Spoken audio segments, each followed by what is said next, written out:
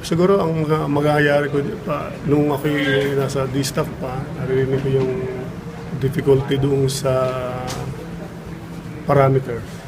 Kasi doon sa parameter para mabigyan ka ng particular award, kailangan may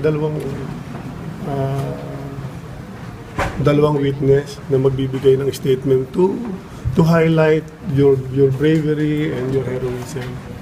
Hindi na-recognize nung gumawa ng mga regulasyon na paano kung lahat So yun yung mga it's an Applecom circular. Yun yung doon bumunggo yung yung usapin doon sa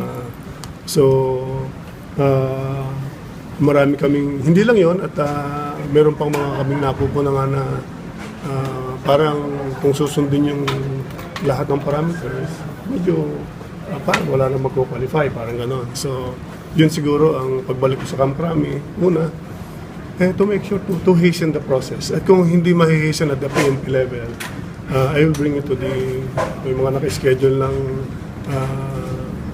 executive